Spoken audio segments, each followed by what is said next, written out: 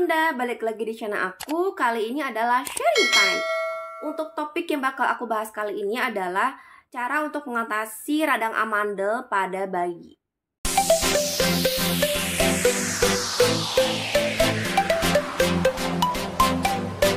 Pasti Bunda banyak bertanya-tanya kenapa aku angkat topik ini. Jawabannya itu simpel, karena anak aku mengalami sendiri, makanya di sini aku ingin sharing. Semoga aja nggak ada ya, tapi siapa tahu ada Bunda juga yang lagi mengalami anaknya itu lagi radang amandel gitu. Jadi di sini aku mau sharing pengalaman aku. Nah, amandel itu apa sih? Jadi amandel atau biasa disebut tonsil itu adalah sistem pertahanan tubuh yang dapat melawan infeksi dari virus dan juga bakteri. Jadi itu tugasnya.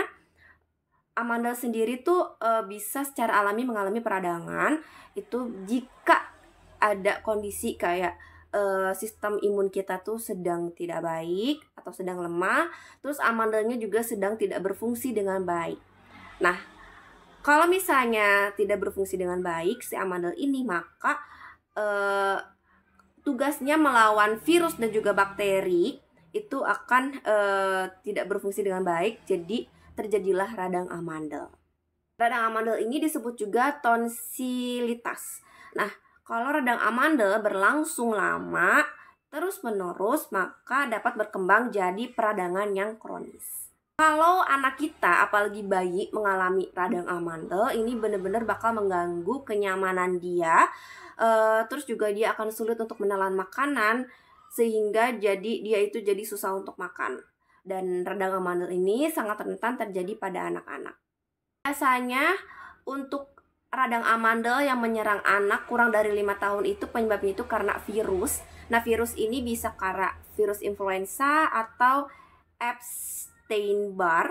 Terus kalau misalnya anak usia 5-15 tahun itu biasanya penyebabnya itu karena bakteri. Nah, kayak bakteri Streptococcus pyogenesis atau Streptococcus beta hemolyticus. Kalau radang amandel itu apa aja sih gejalanya? Untuk gejalanya banyak banget ya Bunda ya. Kayak bisa terjadi demam, gelisah, lebih rewel, terus sulit menelan, nafsu makan jadi menurun, sakit tenggorokan, suara hilang, telinga terasa sakit, terus sering mengeluarkan air liur, nafas jadi lebih bau nggak sedap gitu, terus saat tidur jadi mendengkur, terus ada muncul benjolan di leher akibat pembengkakan kelenjar getah bening, kemudian juga amandelnya itu kemerahan, terus juga bisa jadi batuk, pilek, dan hidung tersumbat. Terus kalau misalnya anak sudah mengalami radang amandel gini, gimana sih cara untuk mengatasinya biar radangnya ini mereda dan nggak meradang lagi gitu ya? Ada beberapa cara yang bisa kita lakukan Bunda. Cara yang pertama itu adalah anak kita itu istirahat itu harus cukup. Kemudian yang kedua itu asupan cairannya khususnya air putih itu harus cukup agar tidak mengalami dehidrasi. Terus juga harus konsumsi makanan bergizi seimbang tapi teksturnya itu yang lembut, karena kalau misalnya terlalu keras itu jadi kesulitan untuk menelannya gitu ya. Kemudian juga kasih minuman-minuman yang hangat. Terus yang keempat bisa berkumur dengan air garam. Yang kelima, hindari paparan rokok dan asap kendaraan. Yang keenam, kita perbaiki kualitas dari udara di sekitar kita. Kita pastikan tidak ada debu, tidak ada asap, tidak ada polusi gitulah intinya ya. Yang ketujuh, kita wajib untuk menjaga kebersihan anak. Pastikan dia sering mencuci tangan kalau mau makan atau mau minum atau melakukan apapun yang menyentuh tubuhnya. Kemudian juga kayak sikat giginya dipastikan untuk diganti rutin, dan kalau misalnya sudah rusak harus langsung ganti. Yang kedelapan, yang terakhir, kita bisa kasih paracetamol.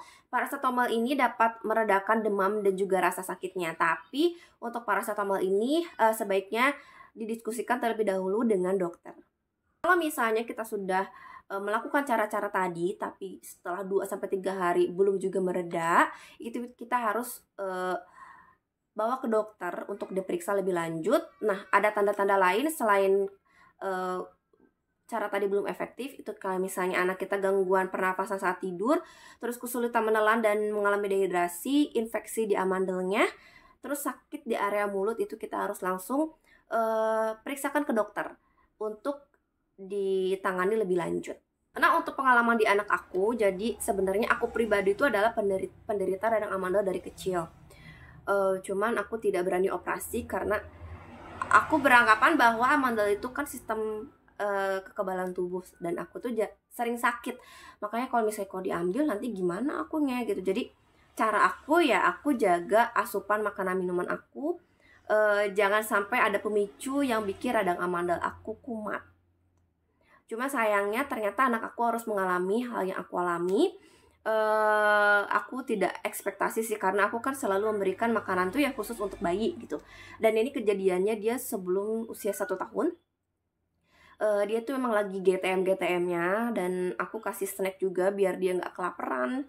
Jadi aku kasih snack, dan salahnya aku kasih snack, ciki, meskipun ciki itu khusus untuk bayi gitu. Tapi kalau misalnya berlebihan itu juga nggak bagus untuk amandelnya.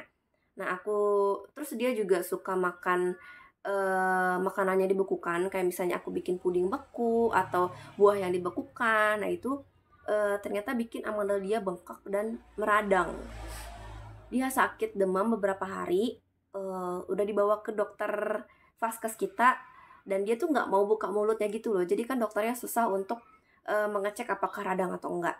Akhirnya karena makin lama sakit, jadi ya udah kita bawa ke dokter spesialis anak. Kan di spesialis anak tuh ada alat untuk buka mulutnya anak gitu ya. Jadi di situ ketahuanlah kalau dia mengalami radang amandel. Nah, sejak saat itu aku jadi lebih hati-hati kasih makanan dan minuman untuk dia. Aku hindari makanan yang dingin.